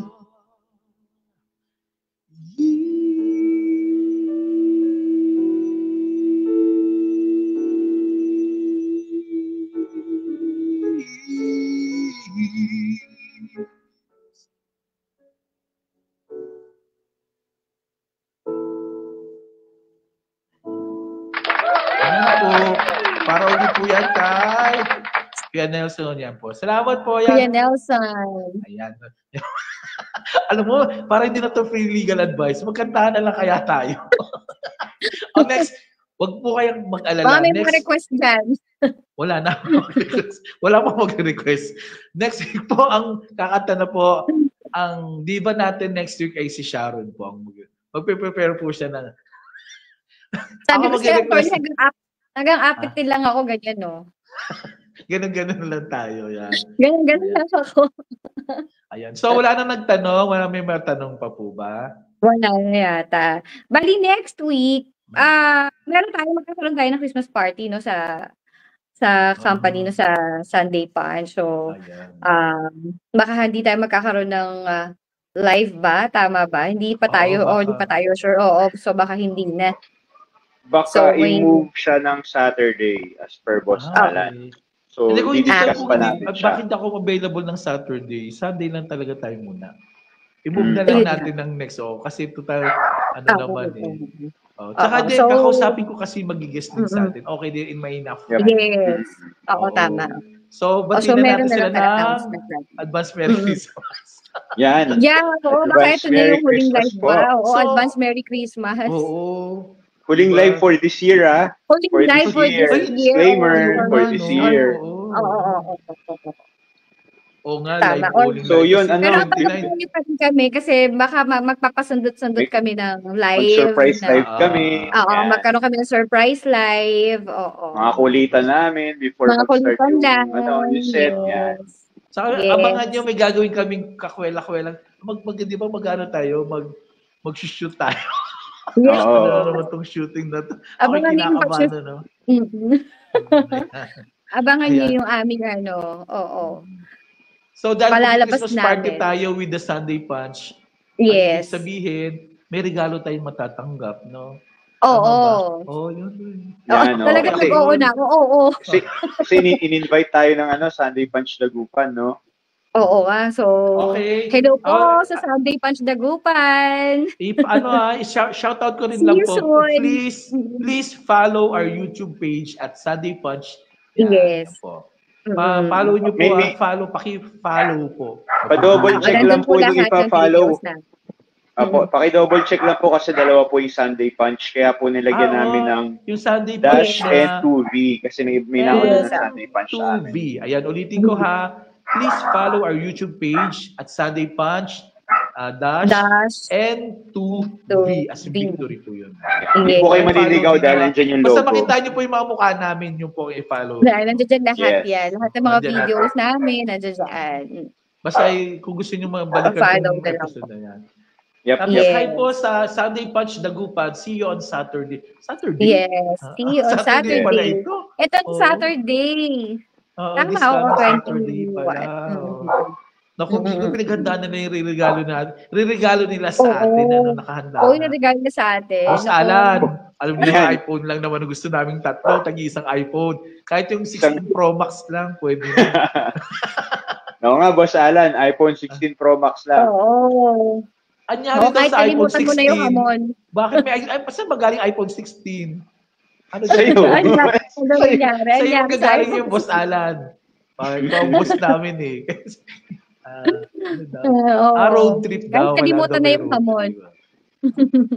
Anong hamon? But ayoko ng hamon. Kahit kalimutan na ang hamon, basta yung iPhone 16 nandiyan dyan. Yan, may mga, saan ba tayo pupunta? Doon sa Dagupan ba? Doon sa Pangasinan ba? Tama ba? Oo. Yung mga kakanin. Gusto ko yung mga kakanin. Ano daw yan? Parang isang basket na boneless bangus. Ay, wow. Ay, gusto ko din yan. Ay, hamonadong bangus yan. Baka naman puro lang tayo. Shout out. Di naman naririnig. Naririnig ba ng boss natin? Naririnig ba? Parang nandiyan naman siya. Ayan. Oo. Kasi para... Mga kakanin, mga boneless bangus. Inulit ko boneless bangus, kakanin. Tsaka huwag kalimutan ang pinakakailangan natin, yung iPhone 16. Not 15, but 16. Hamon 16 Pro Max daw. Ano ba yun? Mali, no? Hindi. Ano yan? Sticker? 16 Pro Max. Ayan na. Hamon 16 Pro Max. Nice one, siguro boss. Nakarating na to sa pinakataas-taasan. Naririnig naman nila tayo. Di ba?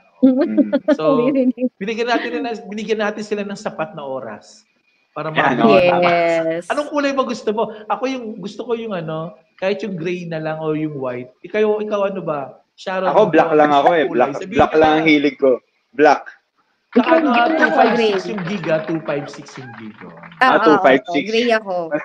256, oo. Tapos palagyan na rin ng casing. Yung dyan. Yung protect. Oo. Palagyan na rin ng casing. Tempered glass yung ba yun? Tempered glass. Boss Alan, baka naman, di ba? Hindi ka na namin pinahihirapan, pinasinasabi na namin. Pero pag binigay mo sa amin, ano yung preference namin? Yung tempered glass, may privacy pa, no? May privacy. Tapos may iiyak tayo. Oo, naka-privacy dapat ang tempered glass. Oo, dapat privacy. Ako, talaga nga naman, talaga. Yun na, okay na. Ayan, basta, sige. Salamatan muna natin ulit yung natin. Sponsors natin. May tanong pa ba? May pahabol pa? May nagtanong pa ba? Wala na yata. Basta yun. No. Wait na lang po sila sa further announcement natin kung kailan kami magre-resume sa sa aming podcast ulit kung ano yung ulit yung magiging next topic namin, gano'n. Yes. So, Actually, next topic naman magpo-post- natin is yung adoption, which is yung process. Adoption pa yung rin, part pero 2 yung ng procedure part 2 na. na adoption natin. Yes, so.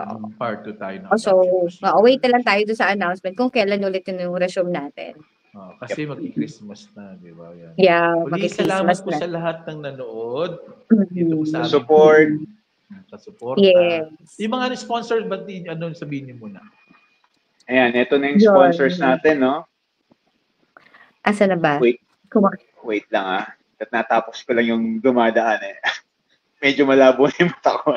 Ayan, si Plato Wraps Fast Bites branch sa may Northgate Cyberzone, Alabang. Then Plato Wraps Robinson's Galleria South, which is located in San Pedro, Laguna.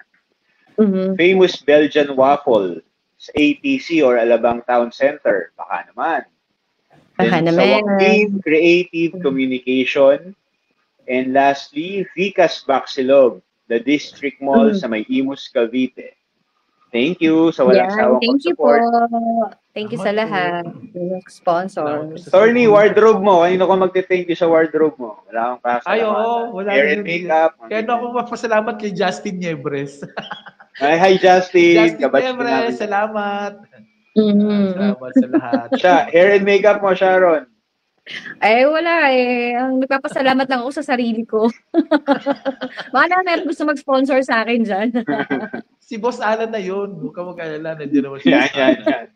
Basta magtiwala na daw tayo sa kanya. Di ba sinabi niya, magtiwala tayo. Nung magkaka-iPhone tayo. Ay, masarap daw ang masarap po yung Plato Wrap. Masarap talaga sabi ni Sir Plato Jared. Oo, totoo po yan. Baka salamat, naman. Sir Jared. Patikim Baka naman, padala Plato naman dito. Oo, padala naman kayo sa amin. Hindi ko pa nga nakita yan. Masarap siya, attorney. Try mo. Tsaka healthy siya. Healthy. Yep. Healthy siya. Kuya Nelson, salamat sa panonood. Kuya Nelson, thank you po sa mga kaibigan po ni Attorney Vic, sa family ko, sa family ng asawa ko. Thank you sa panonood. Yes. Salamat. Salamat po sa lahat ng mga nanonood. Ako din, sa mami ko, mga anak ko. Salamat. Sabi ni Kuya Nelson, pwede daw ba makijump? Kuya Nelson, pwede ka makijump, pwede ka rin magtanong next na ano natin. Sure na sure.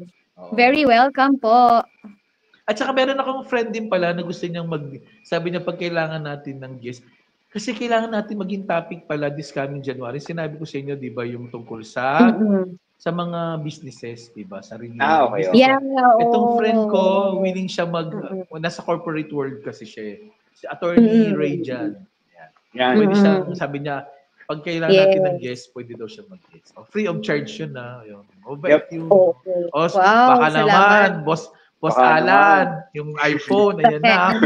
Yung mga connect ko na, di ba? Mga connection dyan, ginagamit na Boss Alan, baka naman. Tatlo yan naman ibibigyan mo ng iPhone, No connection, lumalabas na yung mga connection. Di ba? Kaya, yun lang. Aasa kami, pero wag kami masasaktan. Yan, tama. Galing mo, Attorney. Sige. Salamat. Paalam na ulit tayo. So again, ito po ang inyong lingkod. Ng isang malaking pag-asa. Nag-iwan ng malaking pag-asa na magkaka-iPhone Pro Max bago matapos ang taon. Ang inyong lingkod, Joe Garcia. Yes, ako po si Sharon po. Maraming salamat po sa panonood po. Ako naman po si Attorney Victor Kamainglo. Salamat po sa lahat po ng mga nanood at sumusuporta. Patuloy niyo po tangkilikin kami at sisiguraduhin po namin kahit paano sa amin pong pag-podcast, matulungan din po namin kayo. Lalo na sa mga legal consults. Salamat po ulit. Salamat. Good afternoon. Good afternoon. Merry Christmas in advance. Merry Christmas po. Merry Christmas in advance. Hanggang sa muli po. Batas natin. Kay Torny. Thank you po. Thank you po. Salamat.